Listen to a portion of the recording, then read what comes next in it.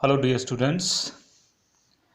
Continuous function में अभी हमने जितनी प्रॉब्लम्स की उसमें हमने सीखा कैसे जो है पॉलिनोमियल फंक्शंस और जो मॉडुलस फंक्शंस या फिर कांस्टेंट फंक्शंस इस तरह की जब चीज़ें दी हो तो उन फंक्शन की कंटिन्यूटी कैसे चेक करते हैं। आज हम एक और प्रॉब्लम लेके आपको आए हैं एक्सरसाइज 5.1 से। क्वेश्चन नंबर 24 इसको हम सॉल्व करेंगे। क्वेश्चन नंबर 23 वेरी इजी, उसको आप खुद सॉल्व करेंगे। इसमें देखो नया क्या है, चीज़ वही है, प्रोसेस वही है, मेथड वही है। इसमें आपके पास फ़र्क सिर्फ इतना है, अब हम चेक करेंगे कंटिन्यूटी ऑफ द ट्रिग्नोमेट्रिक। इस तरह से साइन वाले जो फंक्शन होंगे तो ऐसे अगर फंक्शन हो तो इनकी कंटिन्यूटी आप कैसे चेक करेंगे। प्रोसेस मेथड वही रहेगा। जैसे आपके पास अब है given function x square into sine 1/x। कब ये फंक्शन की वैल्यू है, when x is not equal to zero. X zero के बराबर कब नहीं होगा, when x is less than zero, when x is greater than zero. और डायरेक्ट पर जो है फंक्शन की वैल्यू जीरो है। तो पहले तो सिंपल है, for x less than zero and for x greater than zero, उसके लिए हमने कहा हमको लॉजिक पता होना चाहिए। जो गिवन फंक्शन जो है उसकी वैल्यू कितनी है, एफ ऑफ एक्स की वैल्यू ये है एक्स स्क्वेयर साइन 1/x। तो बोथ जो है sine and polynomial functions, sine and polynomial functions ये कैसे होते हैं, दोनों कंटिन्यूस होते हैं। ये हमने पिछले वीडियो में देखा है। एंड यहाँ पे दोनों आपस में क्या करें, मल्टीप्लाई।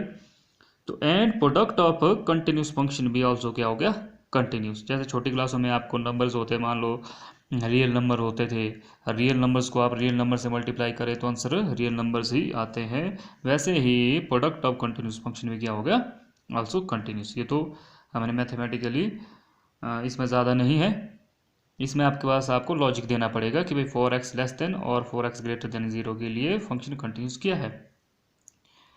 अब जो हम चेक किसके लिए करते हैं, अब आपने बहुत सारे जो है क्वेश्चन कर लिए हैं, तो कि भाई at x is equal to जो गिवन लिमिट, इस time at x is equal to zero पर चेक करना हमको। तो यहाँ पे जो है लेफ्ट हैंड लिमिट और राइट हैंड लिमिट दोनों के केसेस में फंक्शन की वैल्यू क्या है, सेम है। मतलब सेम माने limit x tend to zero, इस टाइम हमको left hand right hand minus plus लिखने की आवश्यकता नहीं है, क्योंकि बोथ केसेस में फंक्शन की value x square sine 1/x है, क्योंकि ऊपर क्या लिखा है आपके पास, x not equal to zero. तो x not equal to zero माने लेस देन ग्रेटर देन दोनों केसेस है, तो it means left hand limit is equal to right hand limit, दोनों की वैल्यू सेम है जी। तो ये देखो, ये थोड़ा नया चीज़ है यहाँ पे, इसको आपने समझना है, ठीक है जी। Limit x tend to zero x square sine 1/x। अब देखो पॉलिनोमियल और ट्रिग्नोमेट्रिक फंक्शन आपस में मल्टीप्लाई हो रहे हैं, ठीक है जी। ऐसे तो आपको ऐसे भी लग गया होगा पता, जब left hand limit right hand limit दोनों बोथ की वैल्यू सेम है तो ऑलरेडी फंक्शन तो कंटिन्यूस आना ही है। लेकिन फिर भी आपको लिखना पड़ेगा, since limit x tend to zero x square, जब आप इसमें वैल्यू डालेंगे तो जीरो आएगा। एंड साइन एक्स जो होता है ये बॉन्डेड फंक्शन होता है। बॉन्डेड माने इसकी वैल्यू आपको पता है कितने के बीच में होती है, -1 एंड 1 के बीच में होती। जब इस तरह के केसेस आपके पास हो तो आपको ये याद रखना है कि भाई limit x tend to zero you have two functions. एक पहला क्या था, पॉलिनोमियल, और दूसरा ट्रिग्नोमेट्रिक। उसकी वैल्यू जीरो हो जाएगी इफ़, कब, if x tend to zero, या फिर if x tends to any limit f of x की वैल्यू अगर जीरो आ जाए, मतलब अगर फर्स्ट फंक्शन में लिमिट की वैल्यू भरने पर फंक्शन जीरो हो जाए एंड सेकंड फंक्शन बाउंडेड हो, तो आपके पास उन बोथ का मल्टीप्लाई किसके बराबर आ जाएगा, जीरो के बराबर आ जाएगा, ठीक है जी। तो ये आपने याद रखना कि क्योंकि limit x tend to zero f of x g x is equal to zero, if limit x tend to a f of x is equal to zero and g x अगर बाउंडेड फंक्शन हो।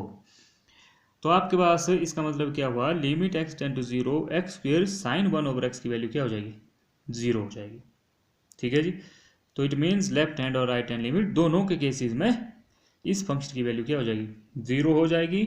और also when you put direct function में x is equal to zero, direct पर देखो when you put x की value direct जो आप zero भरेंगे उस टाइम फंक्शन की वैल्यू कितनी, ऐसे भी जीरो है, तो इस पर वैल्यू क्या आ गई, जीरो।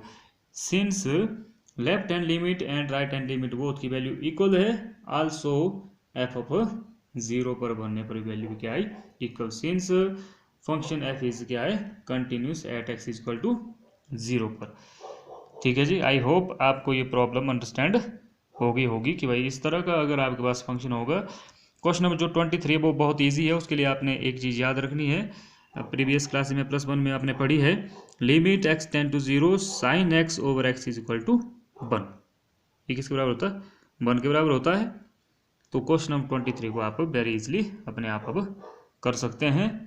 ठीक है जी, एक बार अगर हम फटाफट इसको फिर से अंडरस्टैंड कर सकते हैं, 4x less than 4x greater than 0 पर फंक्शन की वैल्यू ये है, एंड बोथ एक्स स्क्वायर जो है पॉलिनोमियल फंक्शन है, साइन 1 ओवर x जो है ट्रिग्नोमेट्रिक फंक्शन है, दोनों जो है कंटिन्यूस फंक्शन होते हैं और इनका प्रोडक्ट भी क्या होगा कंटिन्यूस। ये लाइन आपने लिखनी है ऊपर। एट x इक्वल टू 0 पर जो है बोथ फंक्शन की वैल्यू जो है यही है कितनी x square sine 1 over x, तो दोनों पर काम क्या एक ही होगा।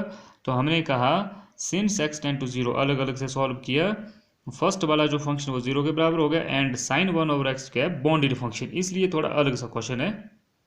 इसके लिए आप लिखेंगे sine 1 over x is a bounded function, किसके बीच में -1 एंड 1, तो इसलिए जो होल फंक्शन की वैल्यू है वो क्या हो जाएगी 0 के बराबर हो जाएगी।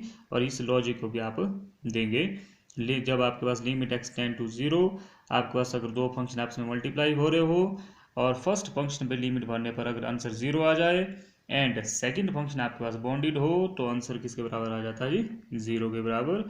तो इसलिए हमारा गिवन फंक्शन क्या हो गया जी बाउंडेड। तो इस तरह के ये थोड़ी नई प्रॉब्लम थी, इसको आप अब वेरी इजीली समझ गए होंगे और हमने सारी प्रॉब्लम्स जो है हर कैटेगरी कवर कर ली है। लास्ट हमारे पास बचती है how to find the value of k, उसको हम नेक्स्ट वीडियो में करेंगे।